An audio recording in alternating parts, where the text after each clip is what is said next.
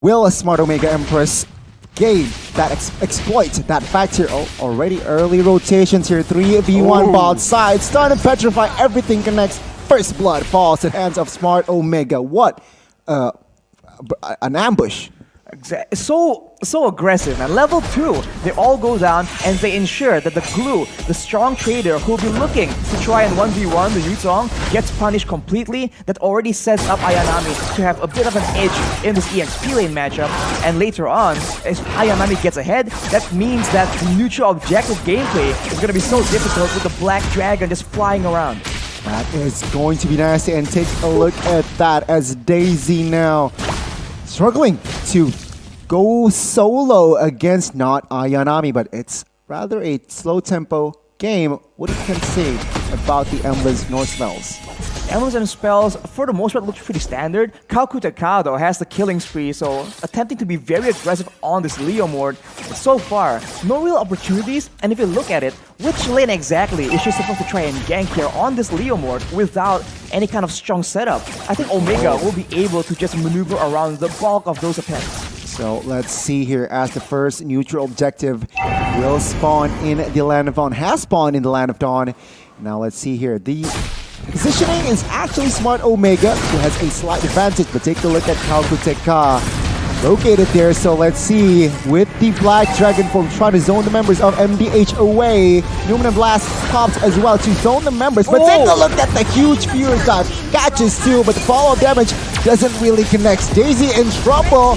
No, she is not. It is going to be a 2-4-1 as of yet, as Kalkuteka gets taken down. The 2-4-1 and the turtle, excuse me, is secured by Omega, I believe. So far, according to plan, MDH Phoenix, they went for a massive team fight with all their members, knowing that in the early game they don't really do so well. So it's a bit of an extreme choice, and unfortunately, it does not pay off. As we take a look at this replay, you can see Ayanami is going in the back line. Off the bat, just taking out the mage coming in from the side of Phoenix. So without any kind of long-range AoE, it was just so difficult, and Amore just finds the right opportunity to try and dive in the back line and provide that extra bit of damage. That is why these magic damage burst heroes are just so strong in the early game. As of now, it's smart Omega leading the gold here just by a bit. So at this point, it's just still anybody's game now. Crystal here trying to open up the map with the Matilda. And it seems like they are going to slow down their tempo here, decrease their pacing again. And Daisy and not Ayanami here, the highlight lane of the EXP. Non-stop action, of course. Blue taking on Yuzong. Honestly, this is where MDH has to be very, very careful, because the composition coming in from Smart Omega, they all have power spikes when they have their ultimates, and just as I say that, they go in with the snipe as well. Keishi trying to get a bit extra, but unfortunately, Crystal is still able to escape with her life. But look at the pressure being exerted by a Smart Omega Empress. A very good calculation as well. She holds that flicker. She still has that flicker as well. So very good calculation. But take a look at the engage from Amore there with that Petrify connecting. But it's not enough to take the Leomord down there. Smart Omega Empress silent, but not deadly just yet. Not just yet. And for now, they're going to try and make a play around this turtle as well. Already Ayanami has the advantage rotating earlier, but I think Daisy will be able to just catch up. But the Black Dragon from already being used very aggressive towards that back line, and everyone scatters away, Gani. Zoning away here. Turtle will be secured by Keishi. All out war. Take a look at the knockup. That was huge. Crystal surviving with low HP. Keishi in the backside looking for a flank. Daisy pulls Amore away, and he is the first casualty. Not Ayanami gets taken down as well. As take a look at Keishi in the backside, does not find anything as MDH stands strong with 5, even though losing on the turtle. Well, they get the turtle, but they lost 2 members in the process, and again, with the team that wants to go and be so dominant, so aggressive at this point of the game, that's a bit of a mistake in my opinion.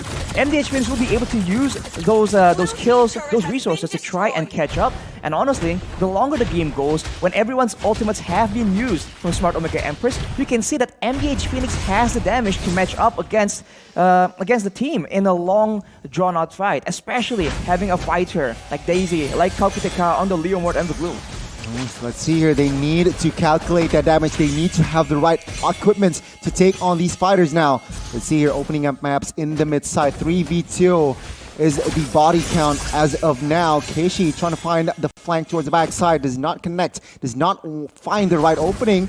Oh my god. Miku gets stunned up. Say bye-bye to Miku as it is a job done. Crystal though overcommitting. It's going to be 2-4-0 Smart Omega with the right idea and gets the fruit as well. Oh, that's a snipe, and that's gonna be a kill picked up by Keishi as well. This is burst damage coming in from Smart Omega. This is what they need to be doing. Getting these short engagements will allow them to just get that advantage, and unless there's a huge, massive team fight, MDH Phoenix doesn't even have the tools to force them to try and go for a huge 5v5. They can just wait around and wait for Amore or Shinoa to just get a huge play, a huge snipe, and just like that, they'll have an advantage as far as pressure is concerned. That is just, I feel like they are aware of that, Arashi. Smart Omega are playing this rather carefully. Not Ayanami though, top side. 3v1, take a look at that. Kakuteka gets taken down. Not Ayanami, a little bit too strong now. 2v1, oh! Yuzong, not Ayanami, is going ham on the top side. Murray now trying to find the kill on towards Crystal. Does not achieve that just yet though. It's going to be 2-4-0. Not Ayanami. What are you on? She was 1-2 and 2, I believe, when that fight initially happened, and she was able to 1v3 outplay. And we talked about this, that initial gank, getting Ayanami ahead, making sure that Ayanami has presence on that Yuzong is just so critical, and MDH is definitely feeling the pressure as that is the burst coming in from Amore. Amore with the steal pick off there, finding the kill. And now it seems like the purple buff invade will come through here. Keishi with the clutch retribution claiming that one. And now it seems like Smart Omega, they will maintain pressure from the side lanes now. They will go back to the left and right, top and bottom, clear the ways, finding the auto turrets, perhaps bot side. This is almost 8 minutes in the game, and this is usually where the teams that need a bit of items, a bit of time to scale, start to catch up. You can see the Calamity Weaver has just been completed for Miku on the Harith, so more damage is available, but can she even survive the initial burst to actually get that damage out? With a 4k gold difference, Omega Empress is still going aggressive. Daisy foresees the flicker. Keishi now jumping in on towards JC. Daisy, split to save the day, but now Crystal here providing backup. Smart Omega, smart discipline. Oh, take a look at top side. This is nasty. Not Ayanami, not again. Now Phantom Steed has been popped to Miku.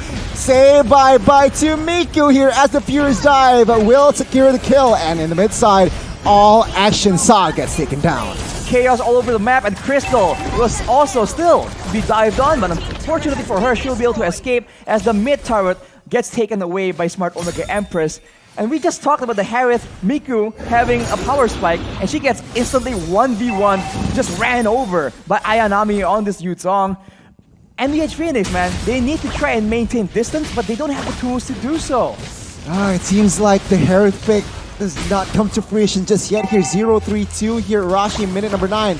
Daisy here finding the grab on towards not Ayanami here. Will they confirm the kill? Crystal and Sa is there to provide damage. She gets taken down as Amore though finds one, not enough damage on towards Sa here. Amore will choose to escape as take a look at the 3 members of SMG, SOE going for the Lord. SOE going for this Lord and securing it as well. Actually losing one more member. No, it's still Ayanami. And I guess a bit too overconfident, right? Just trying to duel again and again. But against the full team, that's a bit too much. But Miku here gets caught out of position. Oh my goodness. Take a look at the damage provided by Shinoa. Flickers away though. Kakuteka with the Phantom Steed will not overcommit on towards that one. A wise decision. Keishi joins the party. Will she find a kill? It seems like both teams will not commit to a fight just yet. But take a look at the Renner shot there. Huge damage on towards the Roamer. That's a lot of damage, and MDH Phoenix, they can't really take this kind of poke as Keishi is just starting to get stronger and stronger. Yes, later on, the Yeep and the Harith can do damage, but so can Keishi on this Joy. 2-0 and 2 right here, and with Athena being built for SAA, it still might not be enough. My goodness, not Ayanami built Oracle as well, Rashi. So imagine the region that this girl has. It's Crystal! That's overextending there. She pays the price, and now Numen Blast catches one. Not enough follow damage just yet. Petrified though connecting. One member gets taken down as well. A base to her top side will be the target here. Kaukutika with the Phantom Steed takes one. Flickers away, but Mirai will be the trade. It's going to be 2-for-1 here. Still in favor for the side of Smart Omega Empress. MDH able to defend their base turret by sacrificing 2 members, but right now they're just delaying the inevitable. Smart Omega is taking control of the jungle, and they don't have to fear any cat potential. The only real way MDH can lock someone down is using the real manipulation. Look at Sa building for the Athena shield. She is defenseless against the damage coming in from Shinoa's Renner shots. I mean, this is not looking good here, Arashi. MDH, take a look at the item builds as well. Yeah, she built that Athena. Take a look at Beatrix though. Full attack. BOD, Hunter Strike, Malefic, and Cast Claws as well. A lot of burst damage and a very good amount of sustain if the fight actually extends like we saw as MDH Phoenix's wins condition. And if you look at SAA on the Eve, she does not have a lot of mana regeneration to work with. So the longer the fight goes, it also means that she is on the clock to maybe go back to base and get a bit more mana. She does not even have the Impure Rage as an emblem. She went for the Mystery Shop, so that mana regen might be an issue as Crystal gets jumped on. Luminant Blast gets used, and the Flicker will be able to allow her to escape. Yeah, forcing her to use the Flicker. That is going to be information collected by the Smart Omega team here. They are going to wait patiently here for 15 seconds to wait for the next Lord that will spawn in the Land of Dawn. Now, MDH Phoenix, they are going to turtle here in their base, but yeah, I mean, what else can they do here, Rashi? They have to wait. I mean, they have to wait for an overextension, for a mistake. That's how, when you don't have any kind of tools to try and start an engagement, it just makes it so difficult. You rely on your opponents to actually be in the right place for you. But Omega Smart, they're just way too smart for that, pun fully intended, and they will go for the smart move here, taking away this Lord, and then now, actually, they might get a pick-off onto Crystal. Uh-oh, Crystal here, no Flicker. Remember, that is going to be information well punished there. Crystal, with that Circling Eagle, will not save her life. It's going to be 5v4 here defending, but in 20 seconds, she will be up. But that is just... is this going to be the end here? From the looks of it, everything is going in favor of Smart Omega. MDH needs to do something very unexpected, right? If they play by the book right here, they wait for a mistake, that is what Smart Omega Empress will be playing around as well. They have to try and make a gamble, because at this point, you might as well, right? Because otherwise, it's only a matter of time. As you can see, the Lord marching down, the spells coming in from the Eve not doing enough damage, and this will be the first base turret getting taken down by Smart Omega Empress. Yeah, right now, MDH, they are going to focus themselves onto the defending department. Oh, Mirai finding Miku, but no fall damage. Amore misses that shot. Miku, low HP. Take a look at this shot there. Amore gets taken down. Mirai will force the Flicker backside. Daisy in the front of it all will Flicker away. San taking a lot of damage. Now Lord, oh my god, they might end here. Smart Omega, they're looking for the base. It's quite exposed here, but it seems like MDH, they are still holding on as Daisy gets taken down, and one by one here, Smart Omega will take everybody from the side of MDH, and it is going to be confirmed. Smart Omega 2-0. A dominant 2-0 sweep for Smart Omega Empress.